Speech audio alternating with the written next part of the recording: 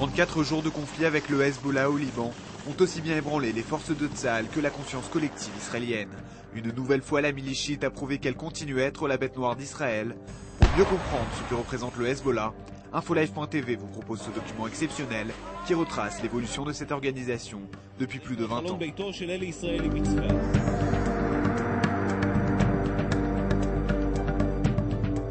Ce déploiement de troupes ne trompe pas. La finule renforcée, telle qu'on la nomme dans le jargon diplomatique européen, sera bientôt forte de près de 15 000 hommes, bien différente en nombre et en armes de la force internationale qui avait été déployée dès 1978 au sud Liban et qui a brillé par son impuissance à toute épreuve.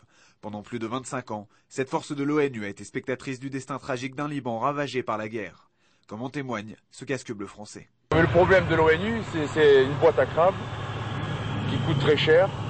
Faut voir le pognon, hein, parce que là, nous on a tout brûlé ce que les Nigériens avaient, c'était crado, il faut visiter. Hein. C'est une histoire de conscience professionnelle. Hein. On vous montre pour un truc et puis on s'aperçoit que...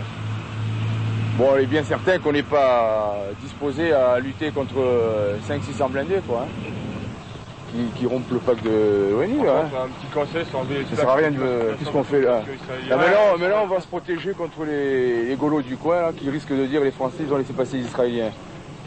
On va pas fouiller les Palestiniens alors que les Israéliens on les laisse passer. Hein.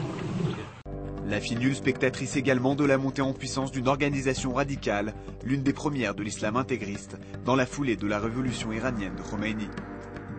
Le Hezbollah, fondé en 1982 en réaction à l'invasion du Liban par Israël. À l'époque, Tsahal mène l'opération Paix en Galilée. Sous les ordres du général Ariel Sharon, les chars israéliens envahissent le pays du Cèdre et pénètrent jusqu'à Beyrouth, la capitale libanaise. Après plusieurs semaines de siège, Israël contraint ainsi les organisations palestiniennes à s'exiler vers Tunis, sous la protection des forces françaises.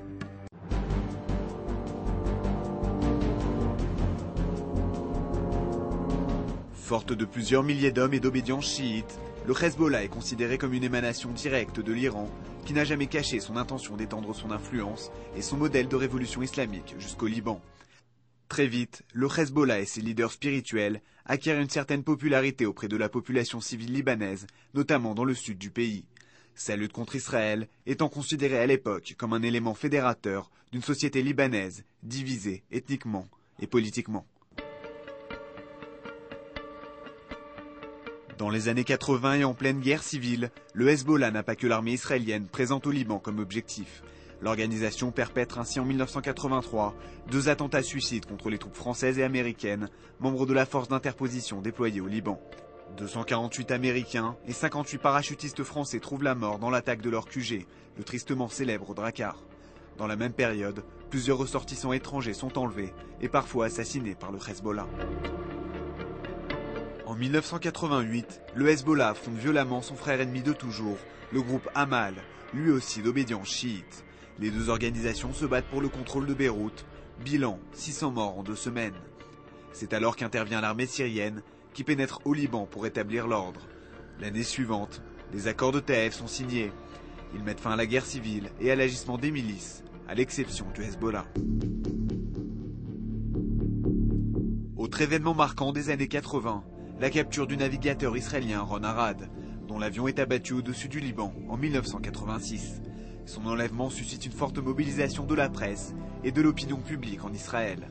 À l'époque, on attribue la responsabilité de cette affaire au groupe Amal de Nabi Berri, aujourd'hui président du Parlement libanais. Mais aujourd'hui, 20 ans après, c'est au Hezbollah que l'on s'adresse. Dans les années 90, l'organisation chiite poursuit donc sa lutte contre l'armée israélienne et reprend ses attaques contre le nord d'Israël pour contraindre Tsahal à se retirer du sud Liban. Dans le même temps, la milice chiite utilise ses cellules terroristes à l'étranger, notamment en Amérique du Sud, pour perpétrer des attentats contre les intérêts juifs et israéliens. Profitant de ces réseaux, en 1992 et 1994, 2 attentats visent respectivement l'ambassade d'Israël à Buenos Aires en Argentine et le centre communautaire juif. Les attaques font respectivement 30 et 87 morts.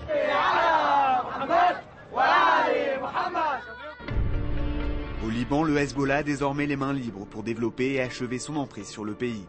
Soutenu par le gouvernement pro-syrien mis en place, l'organisation chiite trame alors un